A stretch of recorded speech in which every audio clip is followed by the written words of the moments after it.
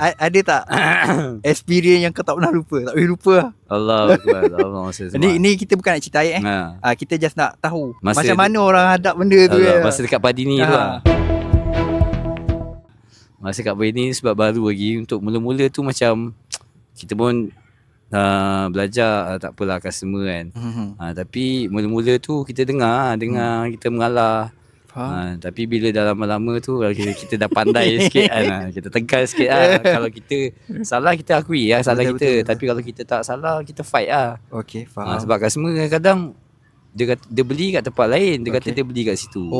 Tengok receipt ni mana. Ada certain barang tu dia memang dah beli tak boleh tukar. Faham. Melainkan kalau dia pergi kedai tu balik, dia bicara manager ke supplier nak bagi tukar. Atas nak bagi tukar lah. Kan, nak bagi tukar kan.